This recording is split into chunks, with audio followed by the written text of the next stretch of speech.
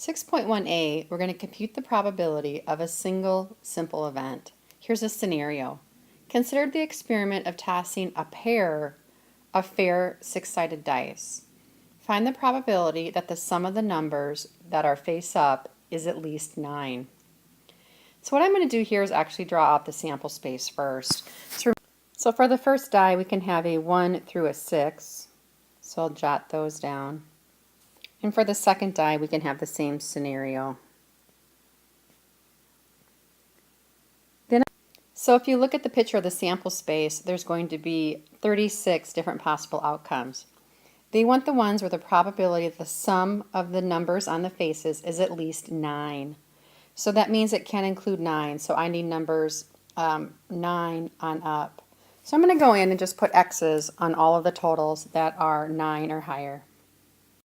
And you're going to notice I marked these 10. So here we have a 6 and 3, and we also have a 3 and a 6. We have 6 and 4, 6, 5, 6, 6, and these other combinations. So if you count that, there's going to be 10 out of 36 as our answer. So 10 over 36 is an appropriate answer.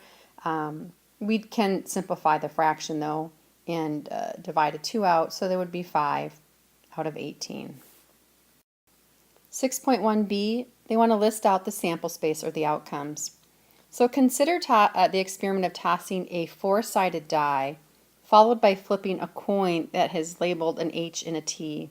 Write out the sample space for that. I'm actually going to show you a grid of it first, and then we will write out the sample space. So the grid on this one, we have a four-sided die, so it would be 1, 2, 3, and 4. And then the choices we have on our coin are heads or tails. If you look at this grid, you can tell that there's going to be 8 possible scenarios. And again, you can get that by saying we have a four-sided die and a two-sided coin, so 4 times 2 is going to give us the 8 scenarios. So let's write out these different 8 scenarios for this entire sample space. And when you do that, these are the 8 that you're going to get. For example, we're just going to do 1H, 2H, 3H, 4H, and then the T's. The second part here says list the outcomes for the event where it's an odd number and a head. So all I'm going to do is go back to my entire sample space and look at the ones where there's an odd number and a head. And I can tell here there's only 2 scenarios. It's a 1H and a 3H. And there I listed the outcomes. Be careful, they did not ask me for the probability. If it was the probability, it would be 2 out of 8. They actually just wanted them listed.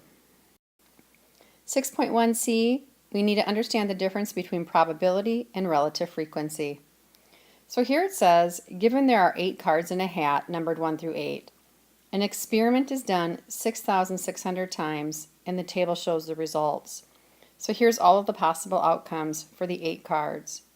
So what they did is they had the 8 cards in, they drew one out and recorded it and put it back and drew it out again 6,600 times.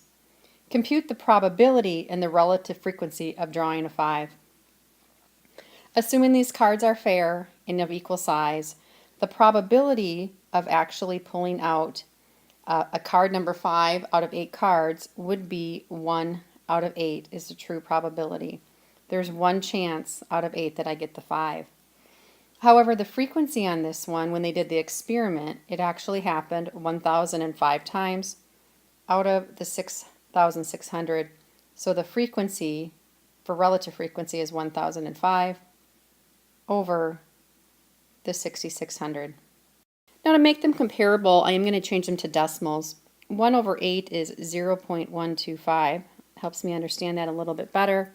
And then 1,005 divided by the 6,600 is going to actually give me 0.152. These are actually pretty close, but in theory we would expect this to happen 12.5% of the time, but in an experiment it actually happened 15.2% of the time. So probability is what we theoretically expect to happen. However, when you do an experiment, the relative frequency is what actually happened. In 6.2a, we're going to understand union, intersection, and mutually exclusive events. Here we have the probability formula. It's the probability of A or B is equal to the probability of A plus the probability of B minus the probability of A and B. Here it asks, indicate which component in the formula represents union and which represents intersection. Now, if this formula had been written with the notation of union and intersection, here's what we would have seen. Remember, the word or is the union sign, and it looks like a U. The word and is the upside down U, which means the intersection. So the union is represented by the A or B, or in this case, is a symbol, that one. The intersection we can actually see as the and words. So this means intersection, or in symbol format, this one means intersection. If we were to sketch the Venn diagrams for that, we would have something like this. Remember, if it says A or B means everything in this entire range. But A and B has to happen. A and B happens where it actually intersects. So the intersection here is the probability of A and B. The next question, if events A and B were mutually exclusive, which component in the formula would not exist and why? What you want to remember is what mutually exclusive means. It means they have nothing in common. If two events have nothing in common, then the probability of both A and B happening at the same time is actually impossible.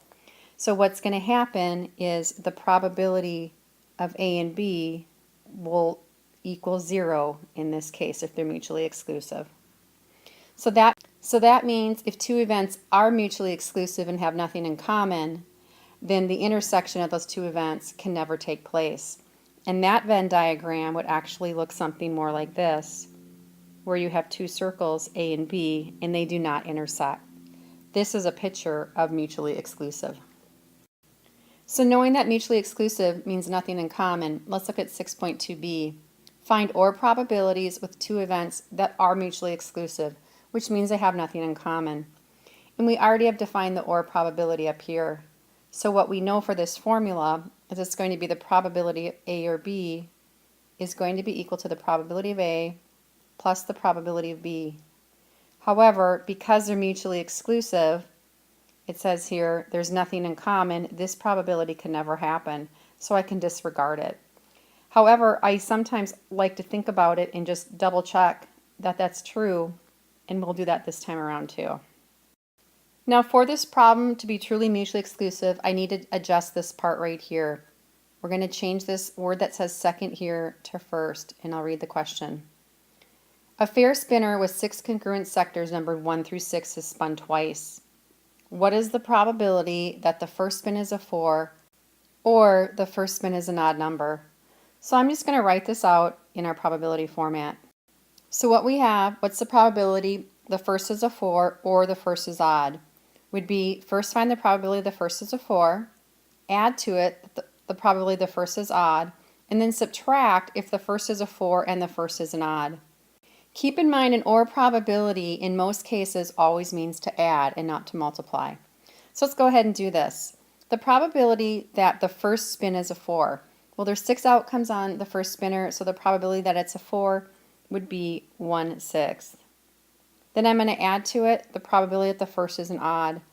The numbers 1 through 6, 3 of those are odd, so that would be 3 out of 6. And then I'm going to double check and subtract this from it. What's the probability the first is a 4 and at the same time the first is an odd? Well, the number 4 is not an odd number, therefore these two events at the same time can never happen, which means they are mutually exclusive. And that would be a 0 probability. So if you add this together, it's going to be 4/6, which would simplify to 2/3. 6.2c and d are together because you can use either approach.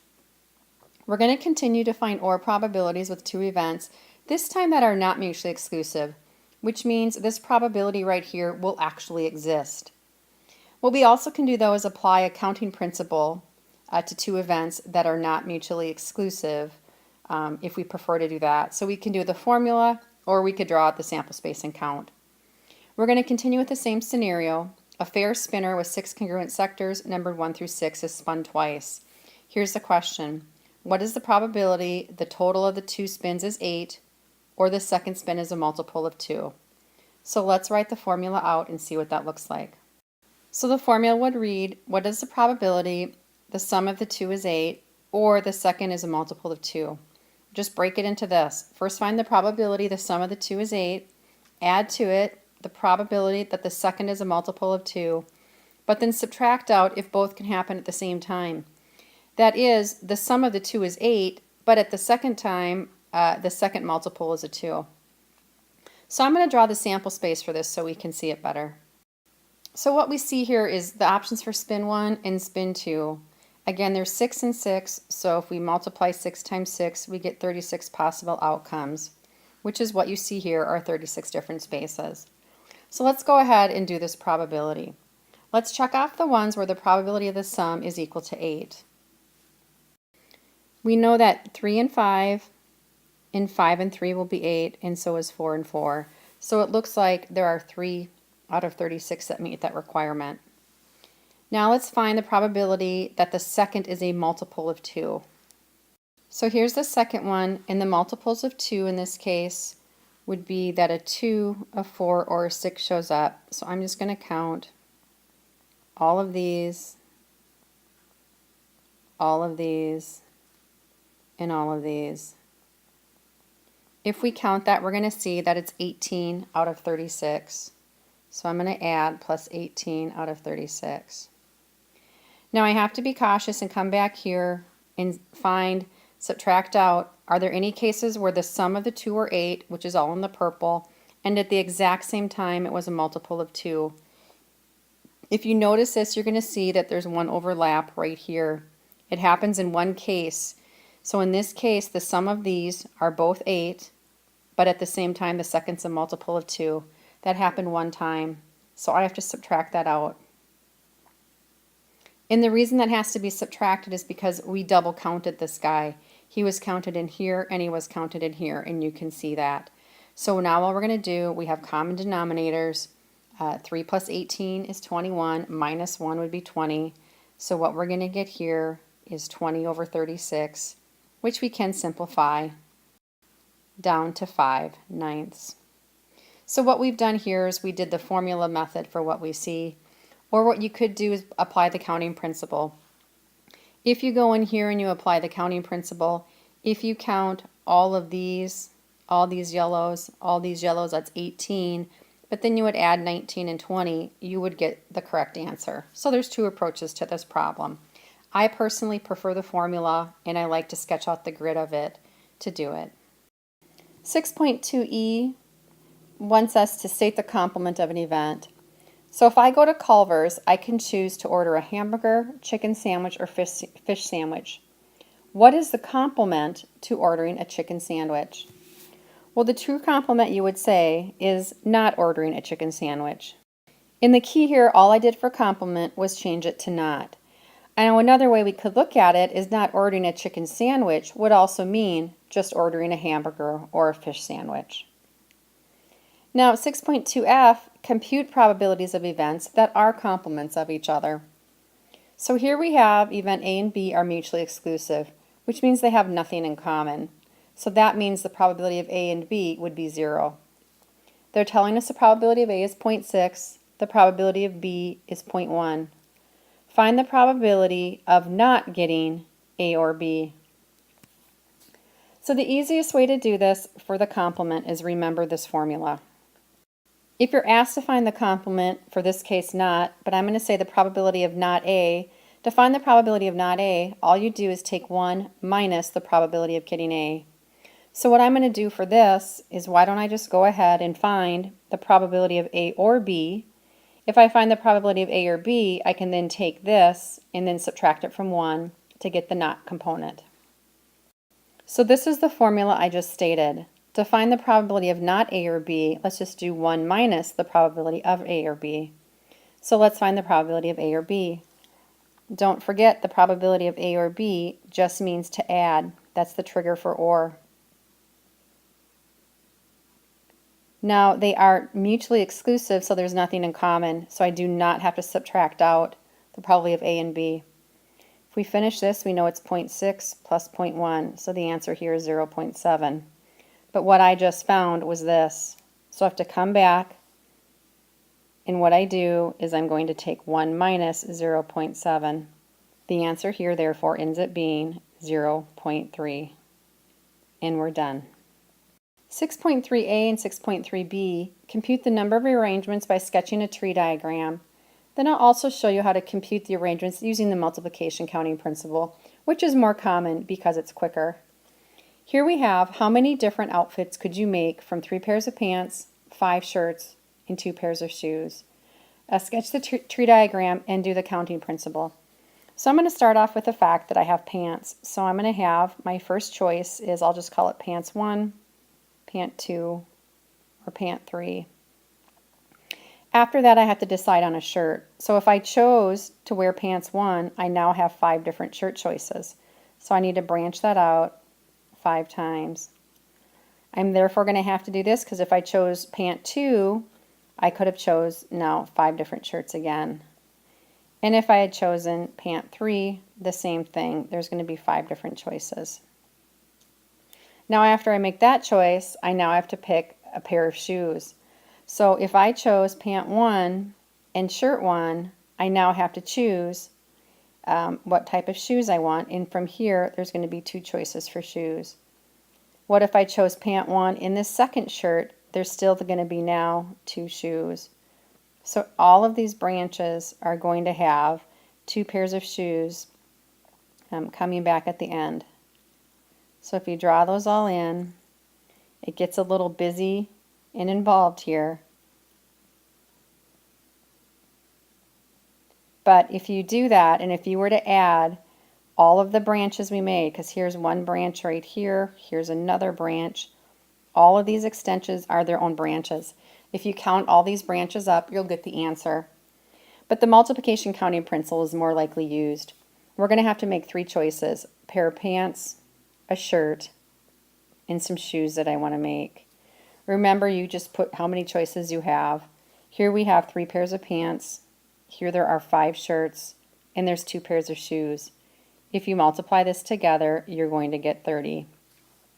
If you were to add up all of these branches, you will realize that there actually are 30 different branches. Therefore, you can get the same answer. Now, if you had to do this on a test, you would have to make sure that these branches were all labeled. So don't forget to say that this would be shirt 1, 2, 3, and this was shoe 1 and shoe 2. 6.3c, we're going to determine if events are independent or dependent from each other. Let's first write down the formula to test for independence. Remember, we're going to find the probability of A and times it by the probability of B. We're going to test and see if that is the same with the probability of A and B. So what we have to do here is find 3 different probability fractions. I can tell because this P here is one probability, that's a second, and that's a third.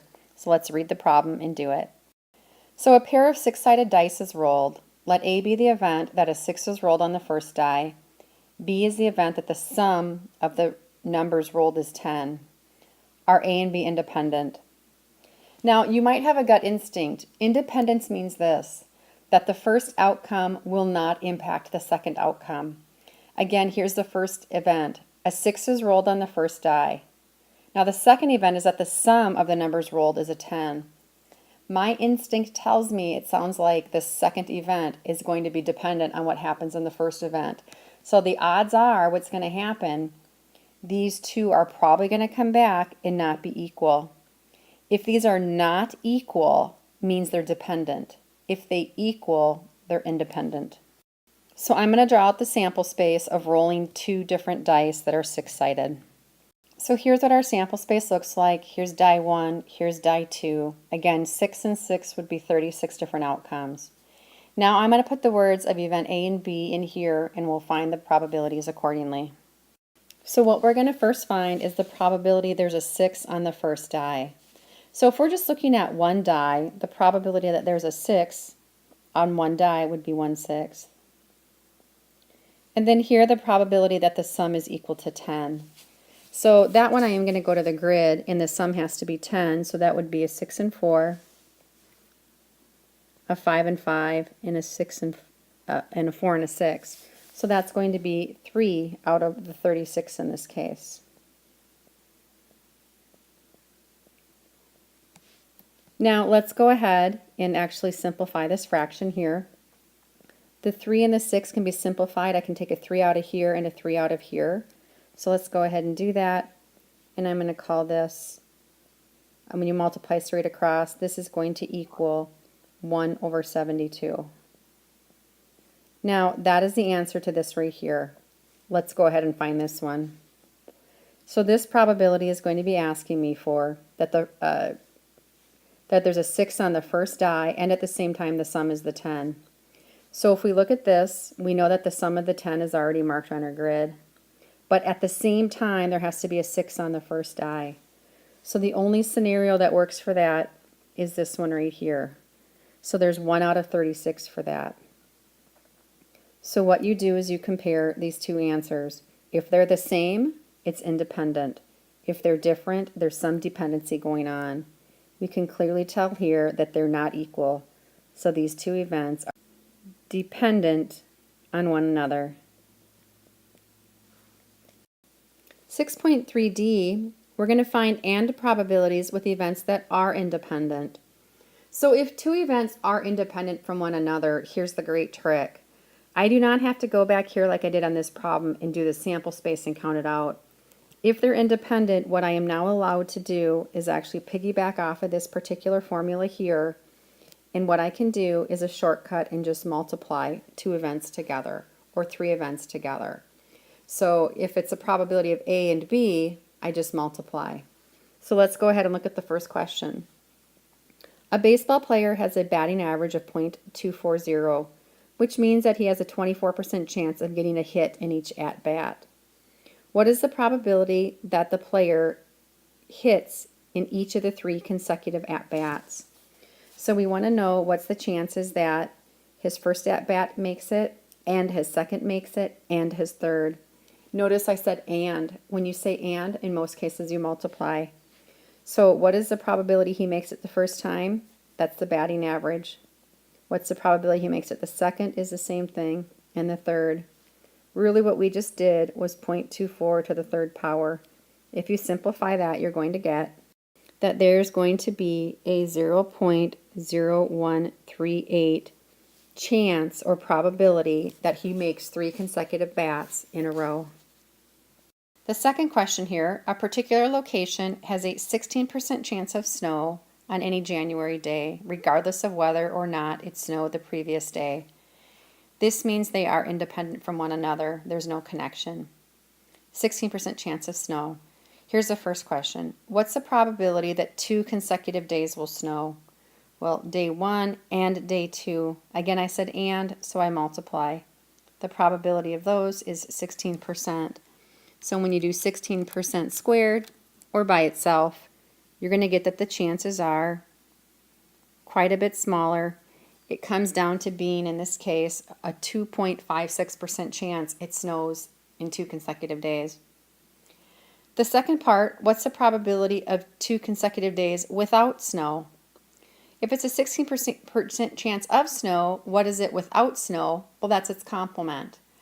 So what's the chance that day 1 it doesn't snow and day 2 it doesn't snow? That would be 1 minus 16% or the 84%. In this case, another 84%. If you multiply those two together, you're going to end up getting that the answer is 0.7056. So it's much more likely it doesn't snow 2 days in a row. In 6.4a, we're going to compute the number of arrangements using the multiplication counting principle. For the first scenario, Caden is hanging 7 pictures on a wall in a single row. How many different ways can Caden hang the pictures? So if you think of it this way, he's going to hang 1, 2, 3, 4, 5, 6, 7 pictures.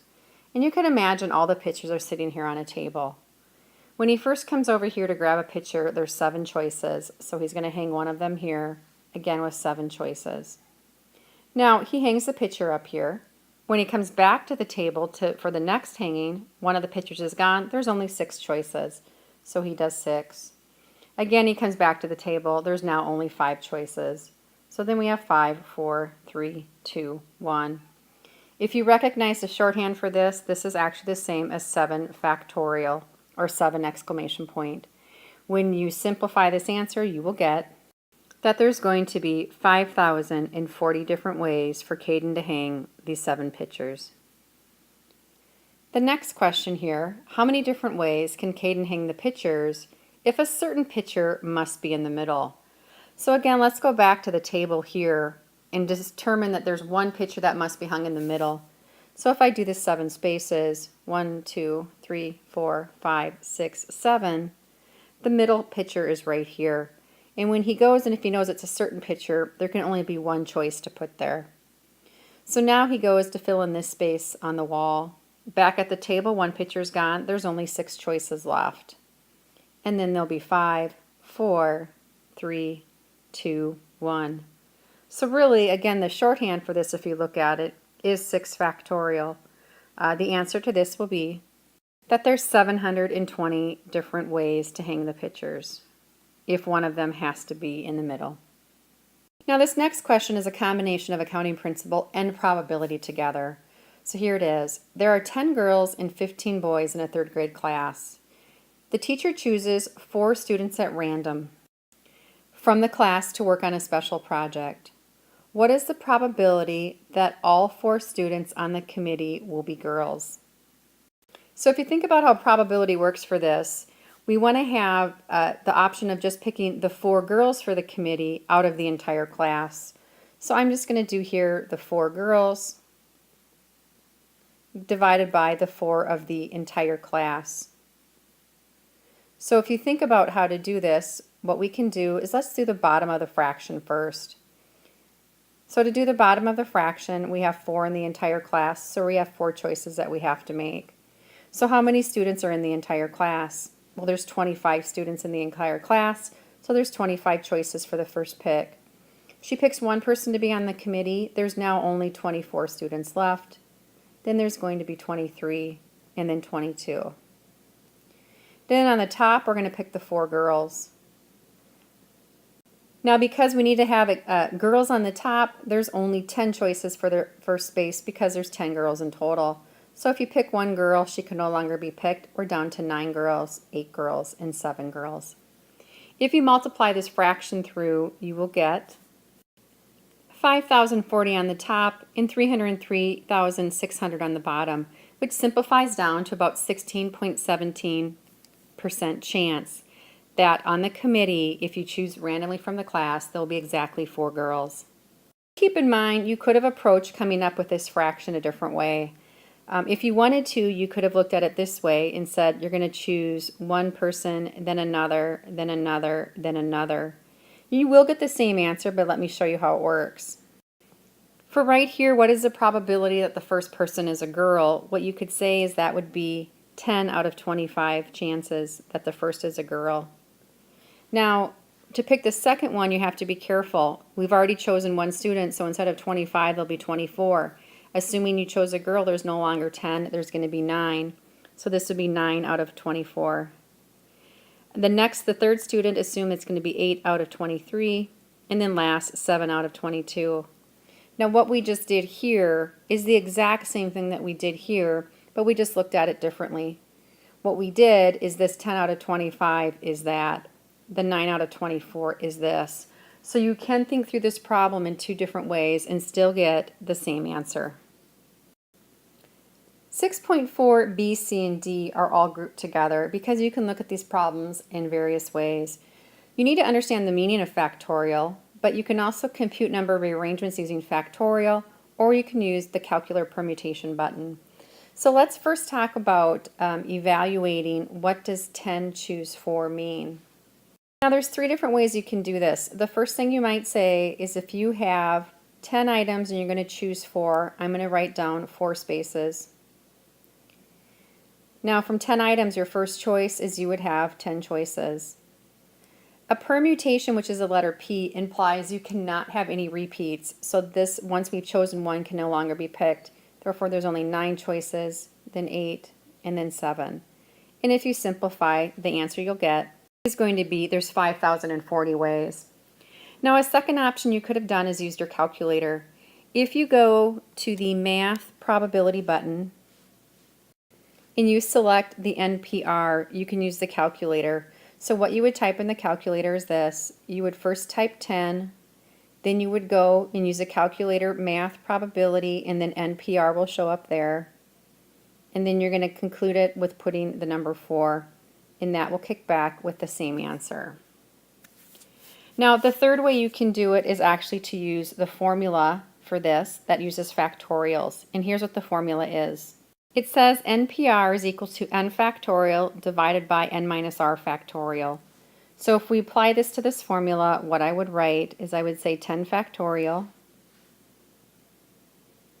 is divided by 10 minus 4 factorial. That's going to be 10 factorial over 6 factorial. Now remember, what factorial means is you're going to start at this number here and multiply all the way down to 1. Same with this one. So it'll look like this. So we have 10 multiplied to 1 and 6 multiplied to 1. Now what you can notice is on these fractions, you can actually cross off. The 6's go to 1, these go to 1s, these all become 1s. So what you're left with is 10 times 9 times 8 times 7, which is exactly what we got in the other method. So any one of those three methods work. Now they're asking you right in here, it says what is meant by 10 choose 4, and what you would do is just write in a sentence structure. It means you have 10 items and you need to choose 4 of them, and that's sufficient to say. This next question, how many 4-letter permutations, again remembering permutation means you cannot have any repeats, can be made from the letters in the word hospital? So imagine that each of these letters is cut up into its own little pieces and put on a piece of paper. So if you notice, there's 8 unique letters. Again, imagine they're each on their own piece of paper and in a hat. And we're going to do a 4-letter permutation, so I need to make 4 choices. If this is our hat over here, when we first put our hand in and draw out a letter, there's going to be 8 choices, so that's what's 8. Permutation means I don't replace it, so when I go back in here, there's only 7 choices, and then 6, and then 5. If you multiply these together, you're going to get 1,680. So there's 1,680 different letter combinations you can make. Now, these letter combinations may not make sense and be exact words. This next one, how many 4-letter permutations can we make? Again, from the word hospital, but this time we're not going to be using the letter P. So this time, imagine what's in the hat. There's only going to be 7 options. So when you have 4 spaces, again, if you think about it, we put our hand in there, there's only 7 choices, and then 6, then 5, and then 4. This simplifies to giving us 840 different possible string combinations of letters. 6.5a, we're going to use contingency tables to compute percentages involving categorical variables. So here we have categorical variables. It looks like the city and about the languages that people speak. And it's called a contingency table because it's made up of data about categorical variables. And what it is the number of people of age 5 and over who speak various languages at home in the selected U.S. cities back in 2006. Keep in mind all the data here is listed in thousands. So for example, in Chicago, the number of people that spoke other languages was 287,000 people. First question, what percent of the people living in Chicago and New York combined spoke languages other than English at home? So what I would do for this is identify we're looking at just Chicago and just New York. In the way I see it, when you read this, it says, what percent of the people living in Chicago and New York combined? Stop right there. That's the group that we're looking at. So what you want to do is tally up all of these pieces of data. Those 6 pieces of data are going to be the bottom of your fraction here. On the top of the fraction, it says here, they spoke languages other than English at home. Those that spoke other than English would have been Spanish and the other languages. So the 4 red dots go on the top. When you do that, here's what you get. The 3 red dots total 4,583. The 6 numbers is 10,177, which simplifies to about 45.03%. Now this question asked what percent. This next one asks find the probability, which is really still means find the percent. So now find the probability that a person age 5 or older living in any of these cities spoke only English at home. Now the table is everyone 5 and older. So if you again read this, this is first going to tell you the bottom of the fraction. I want a person age 5 or older living in any other cities, and I'm going to stop right there. That number is going to be the bottom of my fraction. On the top of this fraction, I want the people that spoke only English at home. So let's go ahead and tally up everyone in the table, and then we'll add up just the English speakers. So what we're going to put for the top of the fraction is going to be these 4 totals here. When you do that, here's what you get. The total table adds up to 14,186 people if you add up all this data. Just these 4 in the yellow, which is just the English people, is 7,342, which gives you about 51.8% probability of me randomly picking someone who just spoke English at home. The last question. Find the probability that a person age 5 or older living in New York City. I'm going to stop right there. That's the bottom of my fraction. So if we isolate just those living in New York City, we're just looking at this for the bottom of our fraction. Of those people, they speak Spanish or another non-English language. So from there, I want this value and this value on the top. When we do that, we will get that there are 7,638 people in New York. Those that do not speak the English are 3,656, which gives us about 0.47866 chance that we randomly select someone that speaks Spanish or another language in New York. Learning Objective 6.5b will not be on the test. 6.5d, interpret from a row percent or column percent table. Question is the following a row or a column percent table? How do I know?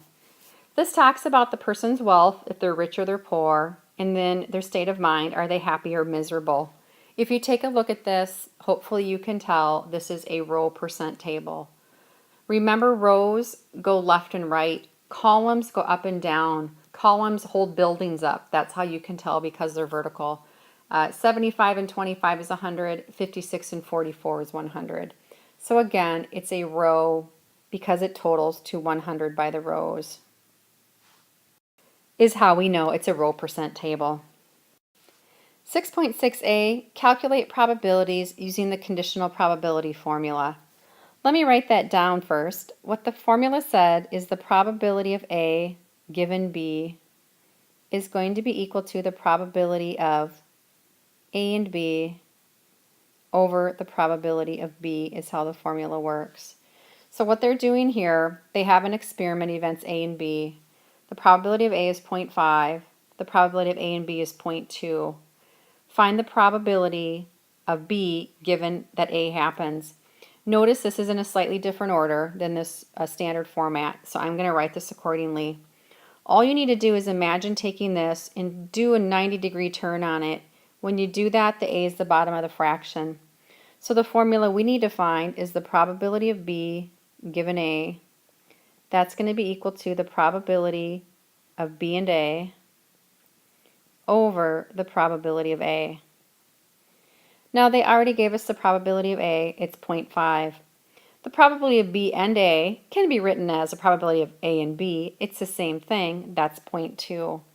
So it's a very simple problem. It's just 0.2 over 0.5, which simplifies to 0.4. So there's a 40% chance that event B happens given that A already took place. 6.5c and 6.6b are very similar, so I'm going to put them together. I'm going to sketch a probability tree diagram and find probabilities. And then we're going to calculate probabilities from the tree diagram. So let's go ahead, read the problem, and set this up. So I just turned 16, so I'm going to take my driver's test. There's a 70% chance I can take my test today. If that doesn't work, then I'll take it tomorrow. If I take the test today, then there's an 85% chance I will pass. If I take the test tomorrow, there's a 90% chance I will pass. Sketch the probability tree diagram depicting when I take the test and the possible outcomes. So it's first going to start that I take the test today or tomorrow. So here I am, I'm getting ready to go take my test, and it's either going to happen today If it doesn't happen today, it happens tomorrow. Now the chance that it happens today, it says, is a 70% chance, so I'll put 0.70. So that means there's a 0.3 or 30% chance it happens tomorrow. Now if I take the test today, it says here I have an 85% chance of passing. So I'm going to do this as it's a test. I'm going to do plus I passed, negative I failed. So on here, when I fill in the tree, what I'm going to complete is that there's an 85% chance I pass it, therefore there's a 15% chance I fail.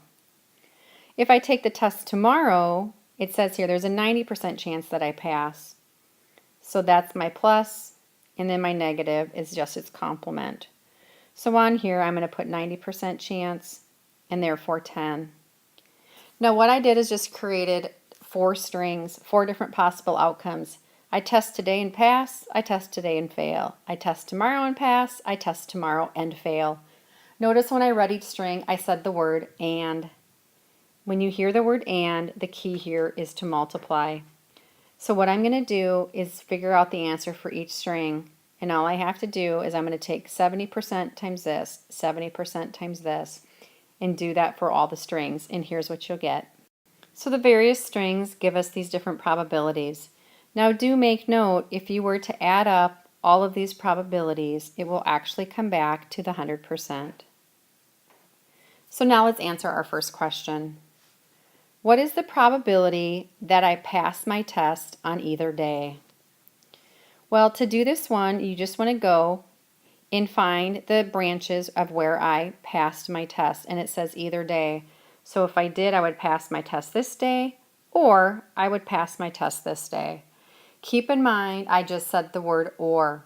When it's this or that, you're going to add them together. So here I'm going to add the first probability and that second probability together. When I do that, I end up getting that there's going to be an 86.5% chance I pass my test on either day. So I'm pretty happy about that. The second question, given I pass the test, what is the probability it will be tomorrow? So this is a given statement. Remember on that, we've just shrunk down the sample size. So I need to start and narrow down my fraction to be given that I passed the test. So I'm going to find all of the branches that say I passed the test. And that would be this branch and this branch. The total of those two, which we actually already found, is going to be the bottom of my new fraction. So I'm actually only looking at the 86.5% of the group. Now it says here, what is the probability it will be tomorrow that I pass?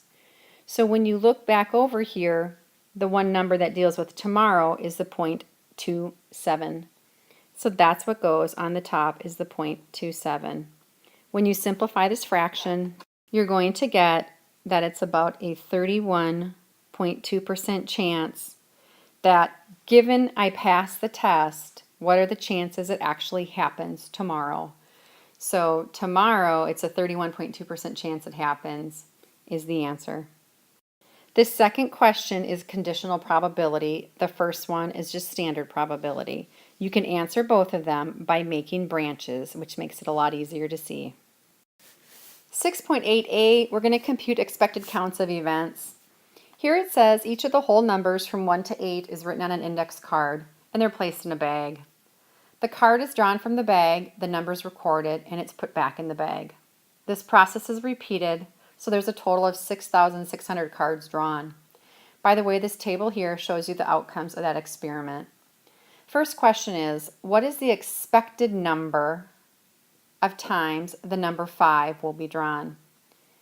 Keep in mind the formula for expected count is n times p, where n is the number of times the sample was taken or the experiment was done, and p is the probability of drawing a 5. So what we're going to write here is 6,600. The probability of drawing a 5 from 8 cards is 1 out of 8. When you multiply this together, you're going to get 825. So we would expect the number 5 to show up 825 times. Now this question here, if the result of the experiment were as follows, what might you conclude? What we're going to notice here is the number 5 actually showed up 1,500 times, which is quite a bit more than what we expected to happen. And we did this experiment many times. So on this, the law of large numbers took place. We did this experiment enough times. So what we could conclude is this: there's something wrong with that index card. Maybe the card is larger than the others. So if this were the case, we might be drawing it more likely than what we should. Maybe there's a tear in the card, or it has an earmark on it, so we grab it more likely. Let's go to 6.8b, which is understanding the law of large numbers and the law of averages. We're going to piggyback off the exact same question, and here it is. Could you decide if the 8 cards are equally likely to be drawn if the 5 is drawn 4 times in the first 20 draws? So let's actually do this. What we might want to do is come up with the expected count was. What we know is that they said in 20 draws, it actually happened 4 times. So what did we expect to happen? Well, again, expected count is n times p. We did this experiment 20 times. We know the probability is 1 out of 8. If you simplify this, you're going to get that it should have happened 2.5 times, but it actually happened 4 times. Again, there's a discrepancy. But did we do this experiment enough for us to conclude that there's something up with this card? Keep in mind, back in this problem, we did the experiment 6,600 times. Now we just did it 20 times. We're seeing a similar result in that the actual count is higher than what we expected, which is what we saw here. But keep in mind, we really have not hit the law of large numbers. And you would have to say here, no, we probably couldn't. We need to really be cautious, and due to the law of large numbers, we cannot make a conclusion that there's an issue with the 5 card. We really should do the experiment more times, something more similar to up here.